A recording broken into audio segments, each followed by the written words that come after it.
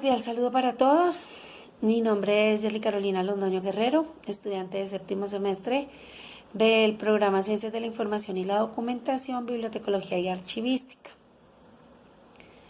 Me encuentro laborando actualmente como líder de procesos de archivo en la compañía Chevrolet Colt Tolima, ubicada en la ciudad de Ibagué.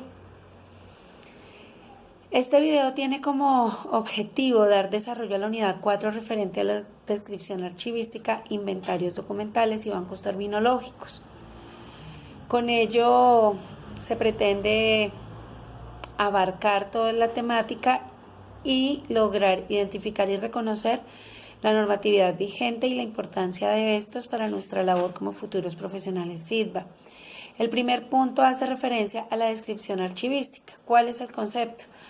La norma internacional de descripción archivística, ISAC, nos define la descripción archivística o nos dice que tiene que ver con la creación de una representación exacta de la descripción y las partes que componen un documento gracias a la reunión, el análisis, la organización y el registro de la información que nos sirve para poder identificar, gestionar, localizar y explicar los documentos de archivo, así como el contexto de cada uno y el por qué fue producido, por qué, que dio razón a su creación.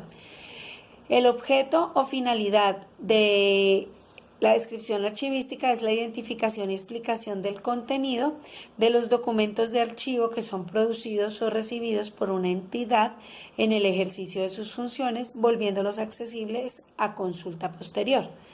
Los procesos de descripción archivística se pueden hacer desde el mismo momento en que se están produciendo o posteriormente.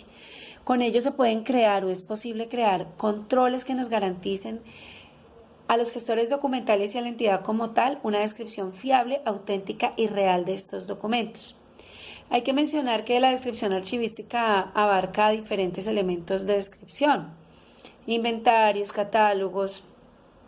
El marco normativo de esta descripción archivística hace referencia o nos podemos referir a la Norma Internacional General de Descripción Archivística, ISAD, la cual fue creada con la intención de elaborar descripciones archivísticas y debe ser utilizado de la mano de las normas nacionales vigentes.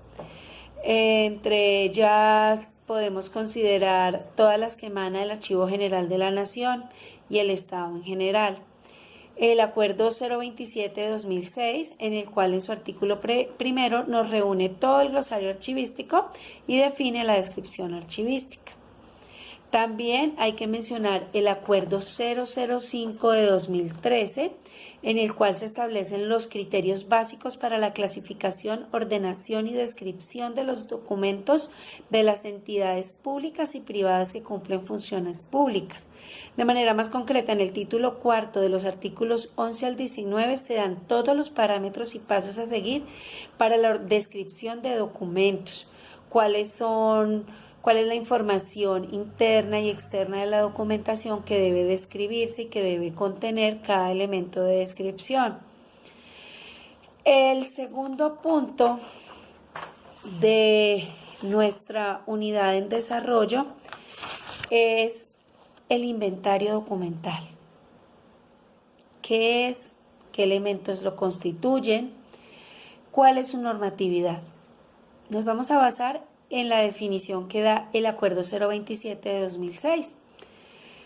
Allí define inventario documental como un instrumento que nos permite recuperar la información gracias a una descripción exacta y detallada de las series documentales o los asuntos que se encuentran en el fondo documental. Asimismo, la norma ISAD nos indica que existen diferentes tipos de inventarios. Podemos implementar inventarios de tipo someros que son superficiales y poco eficaces cuando se tratan de documentos de conservación permanente. Ellos manejan información muy superficial, como lo dije anteriormente, pero nos sirve para recuperar o consultar información cuya conservación sea parcial o temporal. Por el contrario, los inventarios analíticos son aquellos que nos ofrecen una relación más equitativa entre el coste-beneficio de la elaboración de estos instrumentos, ya que nos facilitan la descripción uniforme y detallada, alcanzando niveles de información que logren satisfacer las necesidades de información de nuestros usuarios. Con el ánimo de facilitar la consulta de la información, es común en las diferentes entidades que se informaticen, que se realicen bases de datos. Para la creación de estas bases de datos debe tenerse o contarse mínimo con los siguientes datos. ¿Cuál es el fondo documental? ¿Cuál es el código de clasificación o nivel de clasificación que se le dio a estas series documentales? Las fechas extremas y el nombre de las series y el tipo documental. La descripción y signatura topográfica de los documentos. Tenemos también,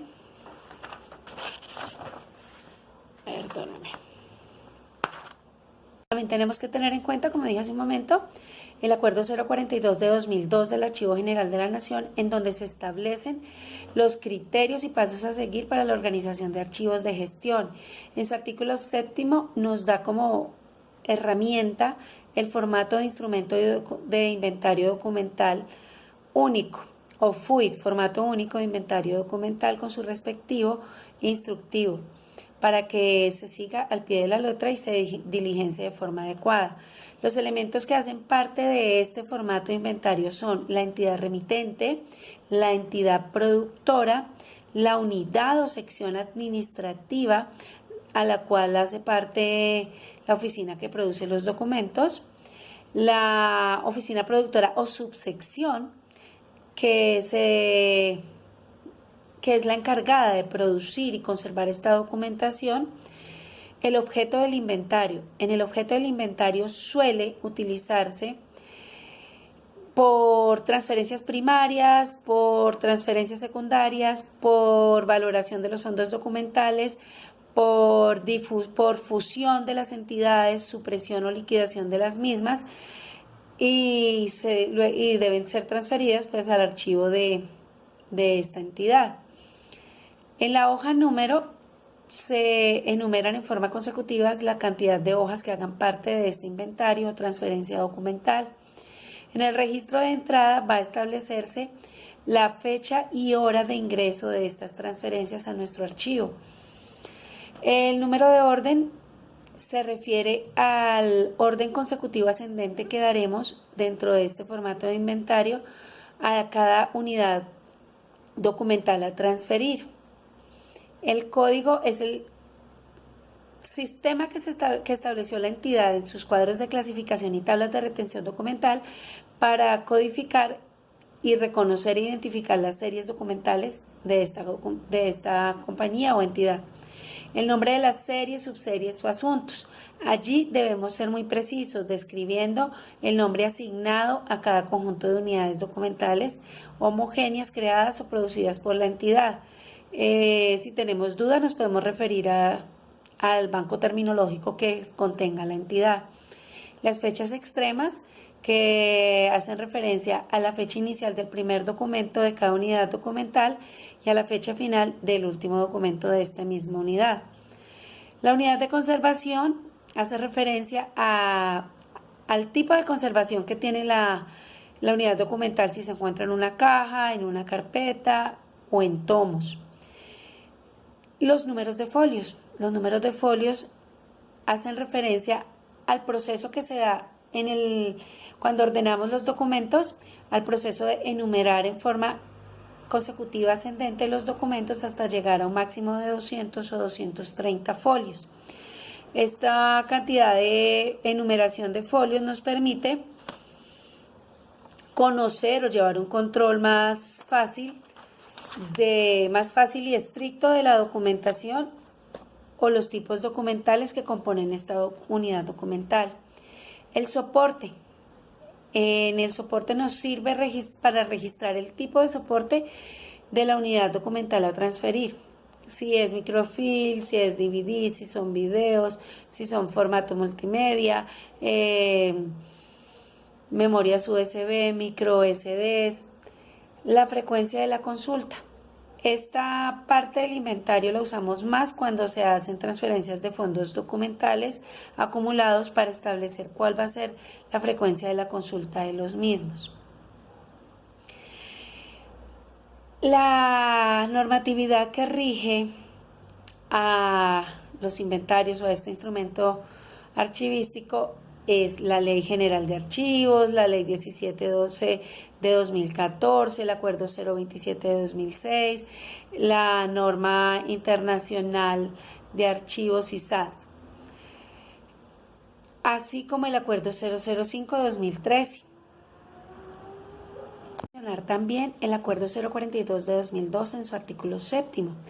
En él establecen la obligatoriedad que tienen todas las instituciones públicas y privadas que cumplan funciones públicas a implementar el formato único de inventario documental FUID con su respectivo instructivo que facilite el manejo y diligenciamiento del mismo por parte de las diferentes dependencias y funcionarios que deban diligenciarlo.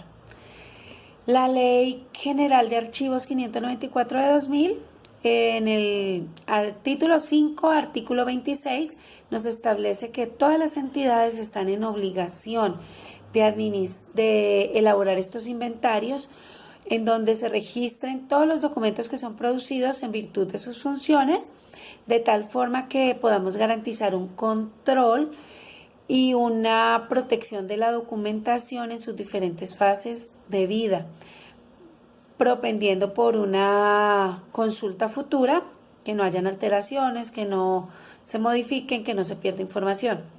La Ley 1712 de 2014, en la cual se establece la Ley de Transparencia y del Derecho de Acceso a la Información Pública Nacional.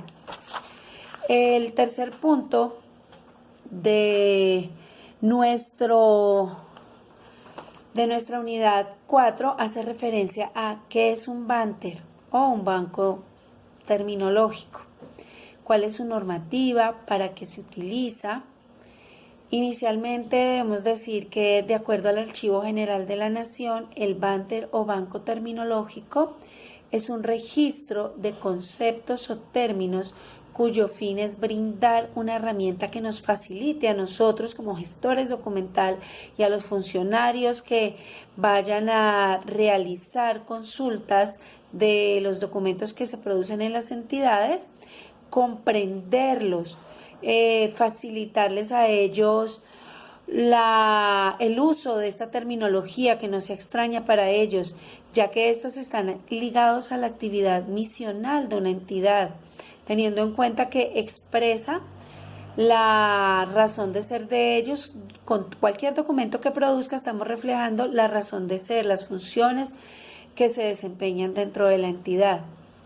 Estos BANTER son instrumentos archivísticos que actúan como mediadores para que las entidades asuman su producción documental de forma más ordenada, más precisa. Nos constituyen además mecanismos que facilitan los procesos de normalización de la comunicación contenida en los documentos producidos o recepcionados por las entidades, asimismo como normalizar la comunicación interna entre los funcionarios de las dependencias y los funcionarios del archivo, que haya una unidad de conceptos y de criterios.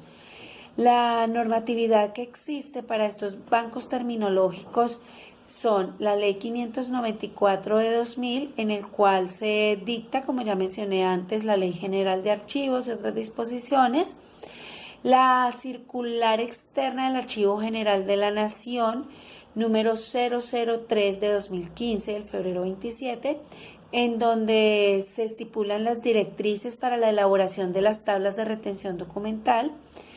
En el punto 1 nos indica que el Archivo General de la Nación debe conformar y administrar este banco terminológico de series y subseries documentales para las entidades públicas. Allí este banco terminológico se encuentra abierto al público para consulta de todo aquel que requiera conocer los términos que se encuentran normalizados por el Archivo General de la Nación y los quieran apropiar e implementar dentro de sus procesos de identificación documental y creación de cuadros de clasificación documental. El decreto 1080 de 2015 de mayo 26. En este decreto se expide el decreto único reglamentario del sector cultura en el título 2 sobre patrimonio archivístico, capítulo 5 sobre gestión de documentos. Esta es la normativa que reglamenta los bancos terminológicos de tipos, series y subseries documentales. El cuarto punto nos hace referencia a qué es la tabla de control de acceso, para qué se utiliza, cuál es su normatividad. Estas tablas son instrumentos creados y diseñados con la intención de que sirvan de referencia para poder determinar cuáles son las agrupaciones documentales que serán objeto para el uso, consulta y acceso por parte de los usuarios internos y externos de una entidad. En estas tablas de control de acceso es preciso o nos permiten a nosotros como gestores documentales o como profesionales en gestión documental establecer de la mano de las directivas de la entidad cuáles van a ser estos documentos que tendrán acceso público, que cualquier usuario podrá entrar a la plataforma y revisar o consultarlos o acceder a ellos de manera física mediante solicitud previa al archivo de la entidad. ¿Y cuáles van a ser estos que van a tener un acceso restringido?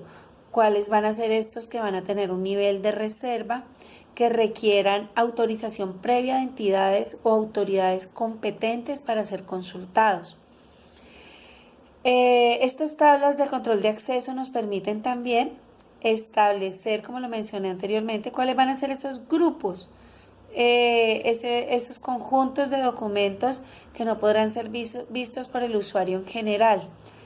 Debemos mencionar que no existe como tal un modelo de tablas de acceso que lo haya establecido el Archivo General de la Nación. Entonces nos dejan o nos dan una vía libre a las entidades para que sean creadas en virtud de cada programa de gestión documental que estemos diseñando, de acuerdo a la entidad y los demás instructivos o instrumentos archivísticos que estemos desarrollando e implementando. Por lo dicho anteriormente, estas tablas de acceso no requieren certificación ni aprobación del Archivo General de la Nación, solamente deben estar avalados por el Comité de Desarrollo Administrativo o Comité Interno de Archivo de cada entidad. La normatividad que reglamenta estas tablas de acceso son la Ley 594 de 2000 y el Decreto 2609 de 2012 en su artículo 8 literal I, en donde se reglamentan los instrumentos archivísticos a crear e implementar en las diferentes entidades públicas y privadas que cumplan funciones públicas. Docente y compañeros, con esto doy fin a mi aporte a esta unidad, esperando cumplir a cabalidad con los objetivos propuestos. Asimismo, debo manifestar que es bastante gratificante recorrer y conocer cada una de las normas que nos rigen como gestores documental y que nos dan las pautas a seguir para elaborar, para crear, para implementar programas de gestión documental, para mejorar los que ya existen, ir de la mano de la normatividad que nos reglamenta, generar instrumentos archivísticos en cada compañía, en cada entidad, sea pública o privada, que facilite el acceso, la consulta de los documentos, que nos permita conservarlos a posterioridad, porque estos son la memoria institucional, estos reflejan la razón de ser de una compañía, de una entidad pública. Agradezco enormemente a todos por su atención, espero verlos prontamente. Un abrazo.